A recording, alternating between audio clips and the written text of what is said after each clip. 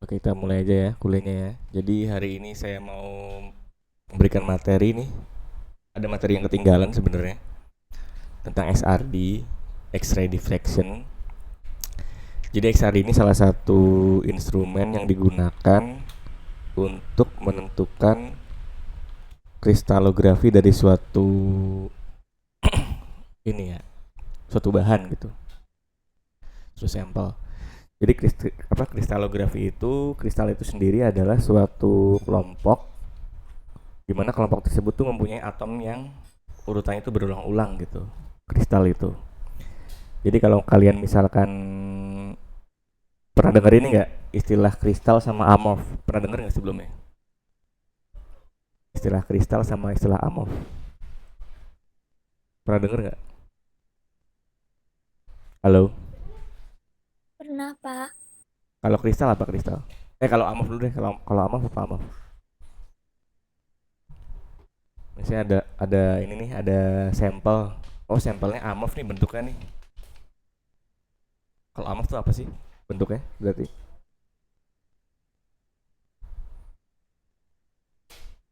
Ada yang pernah ini nggak, denger gitu? Jadi kalau amorf itu biasanya bentuknya ini ya, bentuknya dia nggak beraturan gitu secara kasat mata. Nah, kalau misalnya kita lihat di XRD, tingkat kristalinitasnya atau dari ilmu kristalografinya itu, kalau misalnya dia amorf, dia itu nanti dia nggak ada puncaknya gitu, yang ada di apa namanya, interpretasi alat dari XRD ini gitu. Tapi ketika dia punya kristal kristal tertentu gitu, nanti dia akan mempunyai intensitas gitu, ada puncaknya, ibaratnya kalau di sini ada peaknya gitu.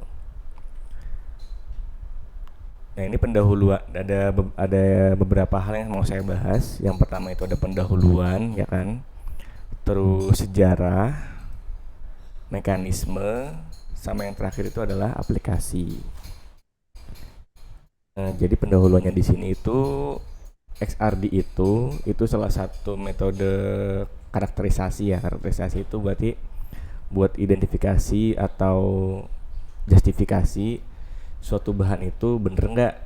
Kalau di XRD itu berarti untuk menentukan kristalnya gitu, punya kristal apa enggak gitu, terus kristalnya apa, terus habis itu dia tingkat kristalinitasnya atau tingkat pembentukan kristalnya itu seberapa besar gitu.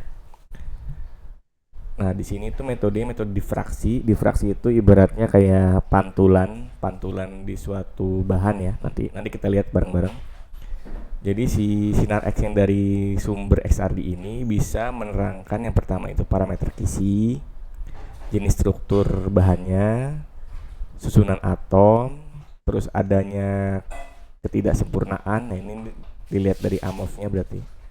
Orientasi butir-butir sama ukuran butirnya gitu. Dari Smallman tahun 91. Nah, terus sejarah XRD itu pertama kali ditemukan di tahun 1895.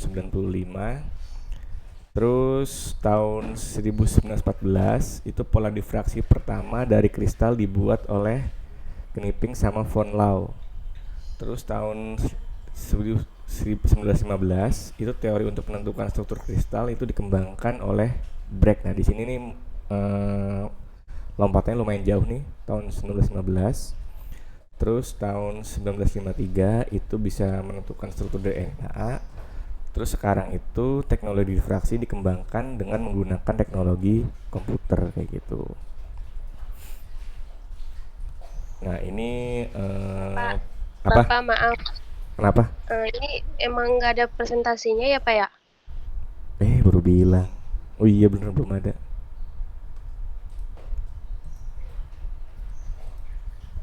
Bentar. Nah, baru bilang loh.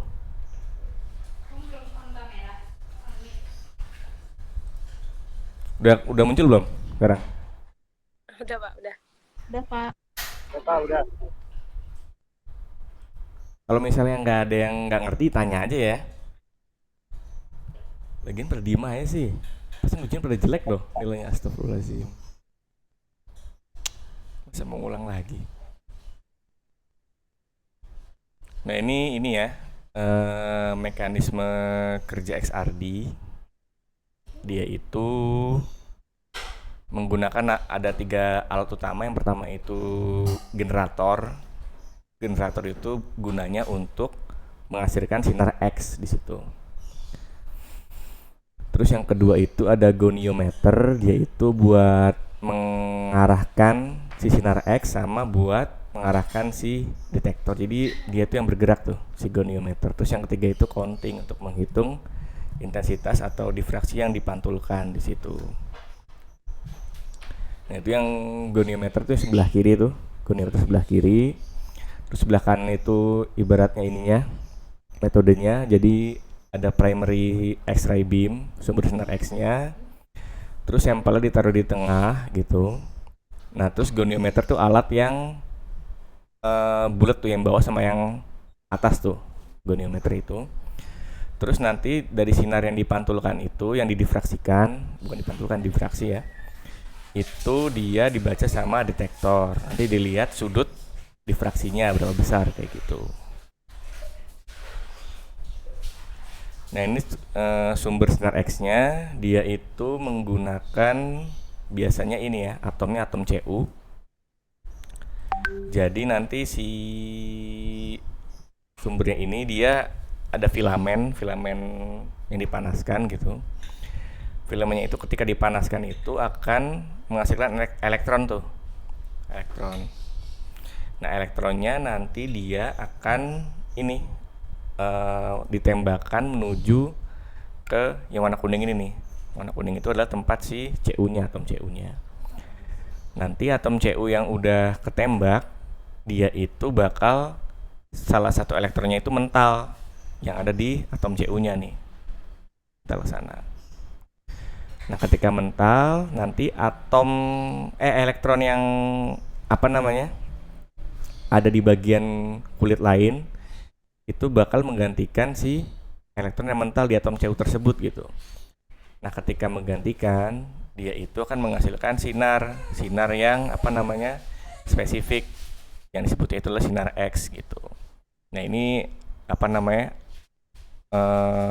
Fenomenanya ini disebut namanya elastic scattering nih kalau misalnya ada di sini gitu ya. Jadi si elektronnya nanti dihasilkan dari filamen dipercepat gitu menuju si atom Cu yang ada di sini nih. Ini gambaran dari sini ya, yang ini ya. Dipercepat. Nanti si elektronnya itu bakal mental nih. Bakal mental. Terus elektron yang ada di kulit lain, misalnya yang mental itu di kulit K misalnya. Nanti elektron dari kulit L itu bakal menggantikan elektron di kulit K gitu. Sambil dia mengeluarkan sinar yang spesifik namanya sinar X kayak gitu. Nah, walaupun dia spesifik, biasanya itu yang keluar itu walaupun spesifik ya, itu ada beberapa sinar. Sinar X ada beberapa, ada K beta namanya sinarnya. Terus K alpha 1 sama K alpha 2. Sama juga namanya ini nih, sinar yang terus-menerus ada gitu. Nah, gimana supaya kita menseleksi gitu, supaya yang masuk itu ke dalam atau yang digunakan itu cuman sinar yang K alpha 1. Kenapa K alpha 1? Karena dia yang memiliki intensitas yang paling tinggi kan. Kalau punya intensitas paling tinggi berarti dia lebih efisien digunakan gitu. Nah, caranya supaya buat menseleksi sinar yang masuk cuman ke alpha 1 aja gitu, itu kita gunakan filter ya kan. Nah, di sini ada beberapa atom yang digunakan. Karena kita pakai atom Cu di sini nih. Atom Cu di sini kita pakai filter itu adalah logam Ni di situ buat menghilangkan K alpha 2 sama K beta kayak gitu. Jadi yang keluar itu cuman K alpha 1 kayak gitu. Sampai sini ada pertanyaan nggak tentang sumber sinar X? Halo, ada pertanyaan nggak?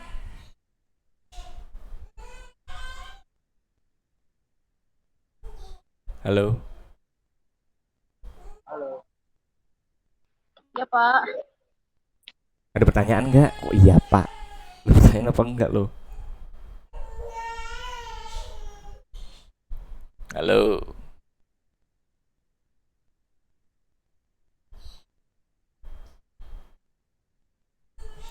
Gimana sih nih? Diem aja. Kalau apa menanya kalau XRD itu singkatannya apa ya Pak? Suara Barok jauh amat. Coba coba Mat, deketin Mat. Deketin mic-nya. Kenapa?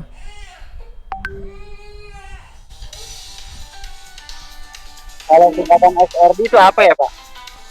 X-ray diffraction singkatannya.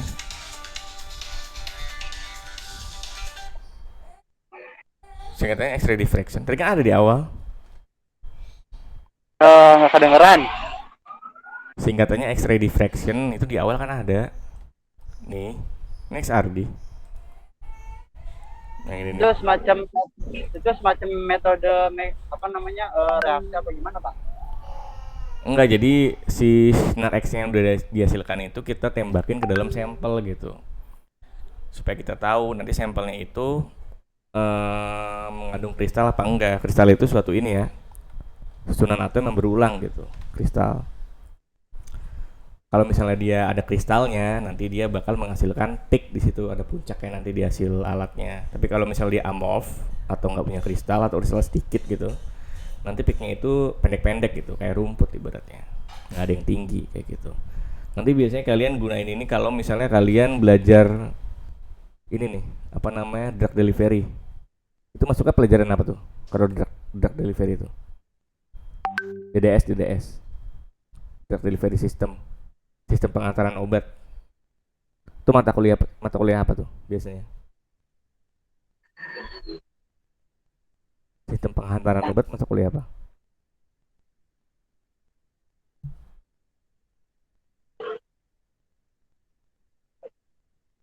Halo.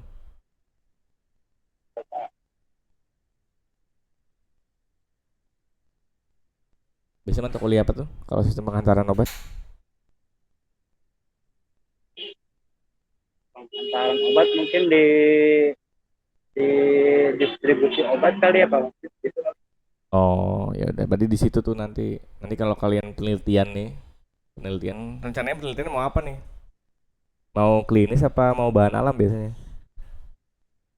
Klinis, Pak. Ya, langsung lo klinis, Pak. Ya, itu mah udah jauh itu mah, ya udah. Kalau misalnya kalian ambil yang bahan alam, itu kalian nanti kalau misalnya mau bikin apa namanya? Pengantaran obat tuh biasanya si obatnya nanti dilapisin sama ini ya, kalau kalian pakai anorganik ya, pakai zeolit biasanya, bisa pakai zeolit, bisa pakai ketosan gitu. Nah itu untuk menentukan kristalitas dari zeolit itu biasanya gunakan pakai SRD gitu. Zeolitnya jadi apa enggak nih? Kalau nggak zeolitnya nggak jadi kan biasanya dia nanti nggak ada puncaknya tuh di hasil SRD-nya. Tapi ketika dia jadi bisa ketahuan dia jenis zeolit apa ya kan, yang bagus buat mengantarkan obat. Terus nanti tingkat kristalitasnya itu seberapa banyak gitu zeolitnya kayak gitu. Itu jadinya. Jarang kayaknya ngambil kimia bahan alam ya. Buat penelitian ya. Apa ada yang bahan alam di sini rencananya di semester 7 ntar? Kan ntar lagi ini nih seminar hasil kan, seminar proposal tahun depan, tahun ini malah. Ada yang mau ngambil bahan alam nggak?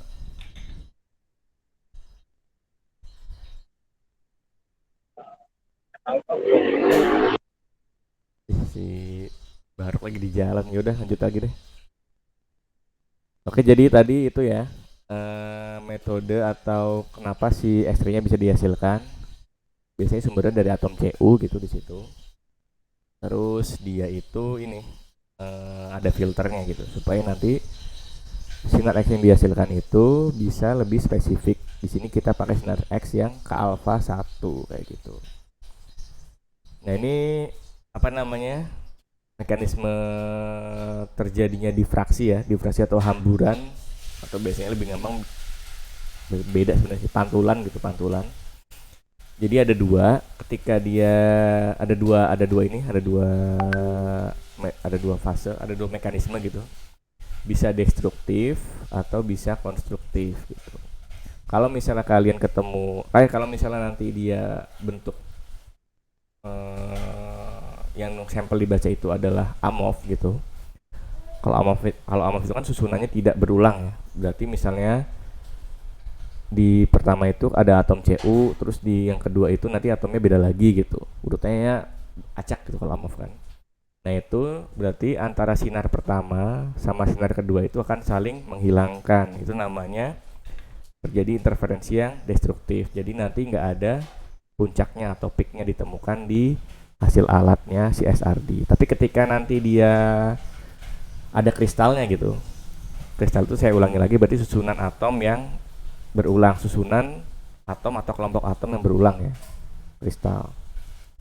Ketika dia punya kristal, maka kedua gelombang ini bakal terjadi konstruksi yang konstruktif gitu.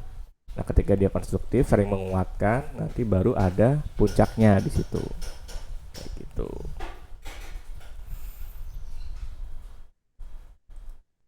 Nah, di sini nih mekanismenya. Jadi ini si sampelnya, ini contoh sampelnya ya kan. Sampelnya itu kan dia mempunyai susunan atom. Susunan atom itu kalau misalnya dia punya kristalinitas, dia berulang tuh.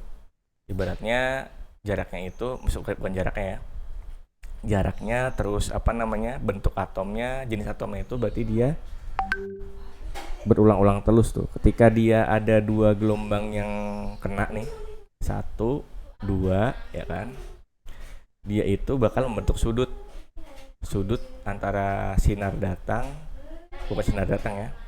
gelombang yang datang sama gelombang yang didifraksikan. Sudutnya itu tegak itu ya, sama ya, yang datang itu berapa sudutnya sama yang didifraksikan itu sama sudutnya. Nah, sudutnya itu namanya sudut theta di situ. Theta. Nah, ketika dia kristal berarti kan karena dia berulang, dia tadi terjadi interferensi konstruktif ya, saling menguatkan yang terbentuk puncak di hasil alat XRD-nya. Nah, ketika dia sama nih, ada kristal di sini, maka kita bisa ngitung tuh sudut yang datang sama sudut yang didifraksikan itu totalnya itu adalah 2 theta di situ. Karena terjadi dari 2 gelombang juga kan di situ kan, 2 theta. Nah, terus yang kedua, kita bisa tahu jarak antar atomnya di sini. Ini atom ya. Jarak antar atomnya berapa gitu dari sudut tadi gitu, dari gelombang yang masuk difraksikan ke gelombang yang sudah difraksikan gitu, dan dibaca sama si detektor. Kita bisa tahu tuh jarak antar atom berapa, itu namanya D, itu namanya jarak antar atom itu D, atau biasanya disebut kalau di XRD itu adalah kisi biasanya, D. Nah, dari sudut theta ini kita tahu, 2 tetanya tahu ya kan, ini nih 2 tetanya tahu, berarti kan kita kan bisa ngitung tuh sin tetanya berapa ya kan. Terus D-nya kita juga tahu, D-nya kita mau tahu berapa jarak antar atomnya. Terus N itu adalah jumlah gelombangnya ya kan, jumlah gelombang biasanya nilai 1 nih N. Terus lambdanya berapa yang digunakan, kita bisa tahu tuh jarak antar atom ini gitu dari sin theta, terus jumlah gelombangnya, terus yang kedua itu adalah lambda yang digunakan gitu. Kita bisa tahu D-nya di sini berapa kayak gitu. Nah, ketika nanti sudah tahu D-nya berapa, nanti keluar puncak tuh di situ tuh di alat XRD-nya. Puncaknya seperti ini nih. Jadi sumbu X-nya itu adalah 2 theta, sumbu Y-nya itu adalah intensitas gitu. Nah, dari bentuk interpretasi ini kita bisa ngambil informasi nih. Yang pertama itu dari intensitasnya. Intensitasnya itu dia bisa menentukan difraksi atau kristalinitas dari fungsi posisi atom gitu, dari intensitasnya. Terus yang kedua dari 2 tetanya. Dari 2 tetanya itu kita bisa menentukan arah difraksi untuk menentukan sistem unit cell. Itu biasanya nanti kalau kalian belajar tuh ada kubik, ortorombik, heksagonal dan lain-lain. Dan juga ukuran unit cell itu bisa A, B, C C parameternya kisinya itu. Terus yang ketiga informasi yang bisa didapatkan itu adalah bentuk peak ya, peak shape sama lebar peak nih, widthnya berturut-turut untuk menentukan derajat kristalinitas dan ukuran kristalin. Nah ini ukuran kristalinnya bisa dihitung nih pakai rumus ini nih, LHKL sama dengan K alfa dibagi beta cos theta gitu. Nah ini contoh dari puncak difraksi, puncak sinar X. Tadi kan di sumbu X-nya itu adalah 2 theta ya. 2 theta itu berarti sudut yang difraksikan.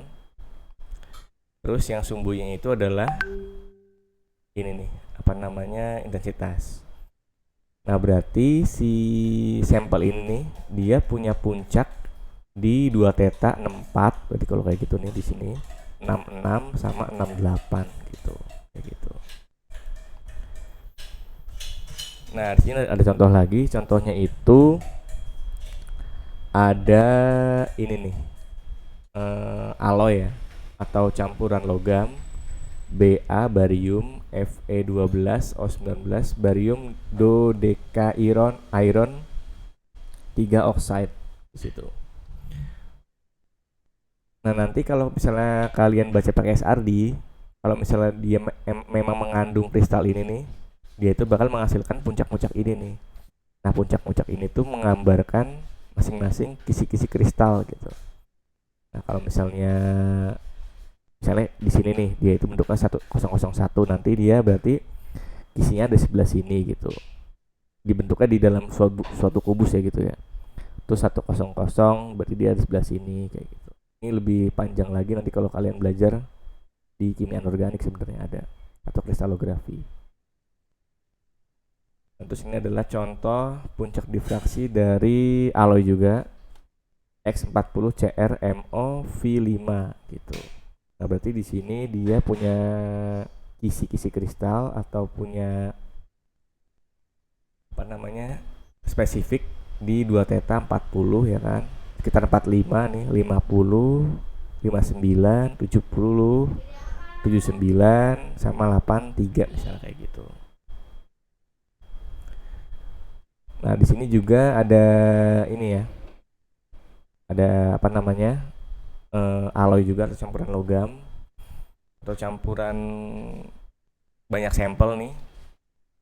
Ada Karlsbergit, magnetit ya kan, Fe atau iron nitrit sama ini apa bacanya ya, pokoknya itulah. Nah kalau misal dia mengandung masing-masing ini nih, masing-masing kristal ini, karena kristal ini menghasilkan masing-masing puncak ya kan, nanti puncaknya itu akan makin banyak. Beda kalau misalnya dia cuman mengandung yang Karlsbergit aja gitu, nanti puncaknya itu muncul warna hijau doang gitu. Yang ini misalnya, yang lain tuh nggak ada gitu puncaknya. Tapi karena dia mengandung semua ini nih, puncaknya itu jadi lumayan banyak nih di sini nih itu. Yang warna hijau itu adalah Karlsbergit misalnya di sini ya kan, di sini kecil nih. Terus magnetit di sini, iron di sini nih. Nah kalau misal dari sini nih, kira-kira si sampelnya ini paling banyak mengandung apa nih berarti ini? Kira-kira mengandung apa dia? Mengandung logam yang mana atau mengandung senyawa yang mana berarti? Kalau dari gambar. Kalau dari gambar berarti mengandung logam yang mana kira-kira nih?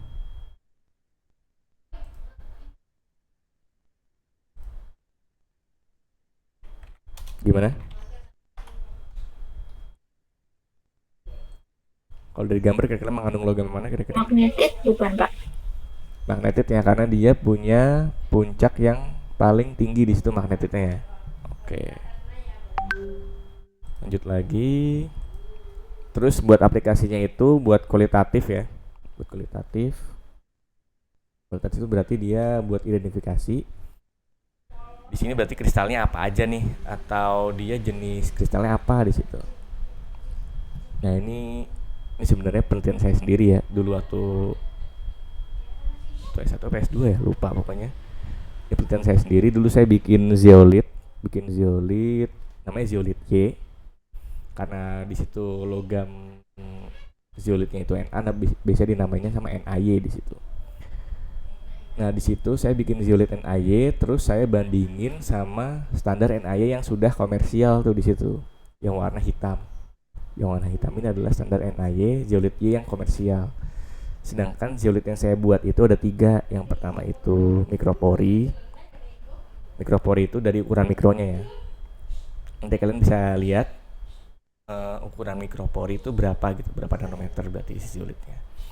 Terus zeolit yang porinya hierarki itu berarti polinya nggak cuma mikro tuh, dia punya pori meso gitu, ukuran meso. Terus yang terakhir itu adalah zeolit yang berpori hierarki juga, cuman dia pembuatannya nggak pakai template di situ. Nah biasanya kalau kalian buat zeolit nanti, kalau ada yang tertarik buat zeolit itu ada yang namanya template gitu. Template itu ibaratnya buat cetakan si zeolitnya, supaya nanti ketika dia di kristalisasi dia itu kebentuk zeolit yang kita mau gitu. Template-nya macam-macam tuh. Nanti biasanya polimer biasanya. Nah, di sini kita lihat nih antara puncak zeolit yang standar ini warna hitam dibandingin sama yang warna biru, hijau sama merah. Kira-kira zeolit yang punya kristalinitas paling bagus yang mana nih?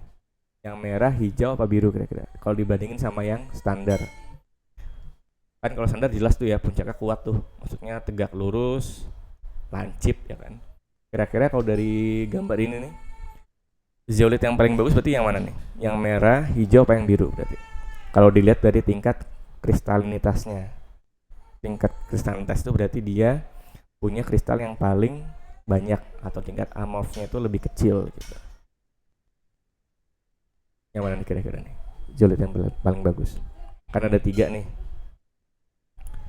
Ada yang warna merah itu yang mikropori, yang punya pori mikro ya kan. Warna hijau itu dia punya pori yang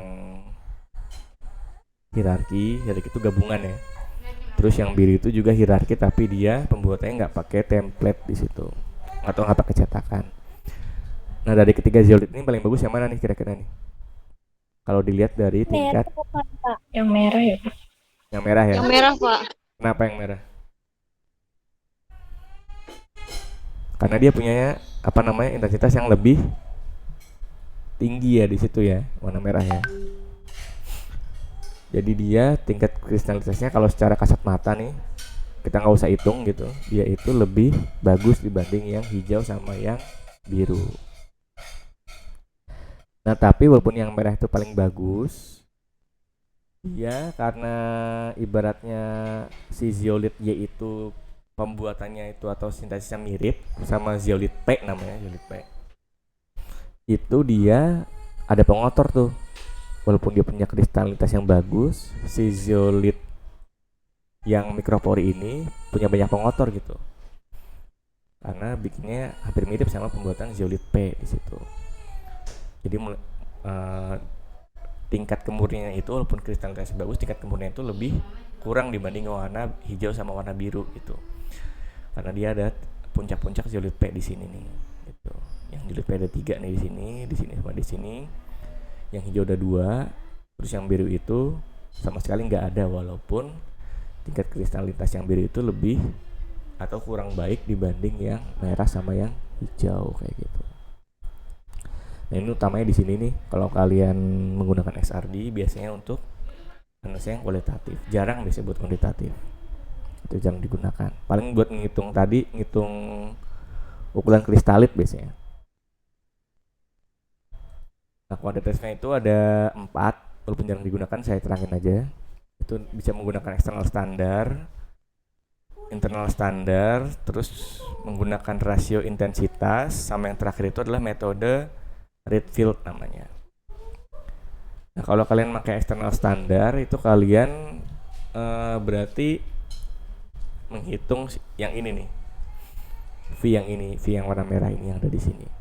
Nah kalian bandingin antara intensitas sampel yang campuran ya, fase campuran, contohnya kayak di tadi tuh di sini nih, dan campuran fasenya ada fase yang Karlsbergit, magnetit, iron ya kan, macam-macam. Intensitasnya kalian ambil satu aja atau berapa intensitas yang tinggi ibaratnya. Terus kalian bandingin sama intensitas dari standar murni yang punya satu fase aja gitu. Kalian bandingin.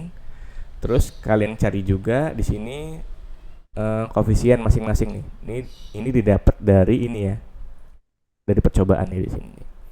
Ketika kalian bandingin, nanti kalian ketemu tuh volume fraksi fase yang ada di sampel dalam multifase itu berapa gitu. Kalau kalian pakai metode eksternal standar.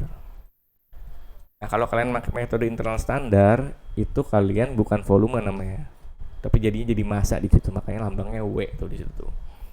Kalian hitung sama intensitas yang cuma bedanya kan kalau misalnya internal standar itu si standar ditambahkan ke dalam sampel kan. Kalau di sini itu kan dia dibaca terpisah nih. Jadi kalian bandingin intensitas yang ingin diketahui ya kan, dibandingkan sama intensitas fase yang sudah ditambahkan ke dalam sampel ada berapa tuh atau berapa tinggi ibaratnya. Kayak gitu. Jadi di sini kalian nggak perlu lagi, kalau di internal standar itu nggak perlu lagi lihat dari koefisien yang ini nih, tapi penggantinya ada koefisien yang K ini nih, faktor didapatkan dari pengukuran.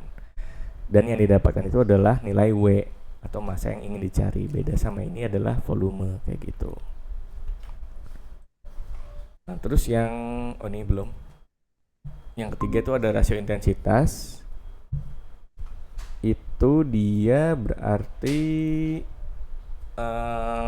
nanti yang didapatkan itu adalah volume fraksi ya. Itu berarti sama intensitas yang diketahui dibandingin sama intensitas yang didapatkan. Terus bedanya itu adalah ada RI sama RJ di situ tuh. Faktor yang didapatkan dari pengukuran sama faktor yang didapatkan dari pengukuran juga gitu sama. Bedanya sama internal standar itu dia dilihat dari rasio intensitasnya. Terus dia di summary itu atau ditambahkan semuanya tuh di sini. Makanya ada lambang sigma di situ. Kayak gitu. Nah, terus yang terakhir yang paling sering digunakan itu adalah metode Rietveld. Metode Rietveld itu adalah membandingkan intensitas hasil pengukuran dengan hasil kalkulasi. Nah, kalkulasinya itu bisa dua cara. Ada menggunakan fungsi matematika ya, fungsi matematika. Terus menggunakan fungsi dari alat, sampel maupun emisi yang digunakan kayak gitu. Ini biasanya lebih sering digunakan karena ibaratnya lebih lebih bagus hasilnya ya. Lebih kalkulasinya itu lebih bisa diterima gitu.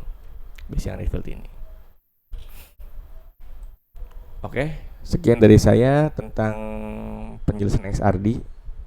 Ada yang mau ditanyakan nggak? Terus di sini ada tugas ya. Yang pertama itu kalian buat diagram mekanisme kerja XRD. Kalau bisa jangan sama semua deh, beda-beda ya nanti ya. Kalian bisa cari di internet atau di jurnal biasanya ada tuh mekanisme kerja XRD-nya. Bikin aja diagramnya, misalnya dari sumbernya apa, terus lanjut kemana, dibaca seperti apa kayak gitu. Terus yang kedua, kalian sebutkan contoh penggunaan XRD. Yang pertama itu di penelitian yang berbasis nano.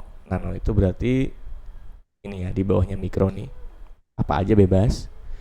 Terus yang kedua itu penelitian berbasis drug delivery, tadi pengantar obat. Terus yang ketiga itu penelitian yang meneliti senyawa anorganik gitu. Ada pertanyaan sampai sini?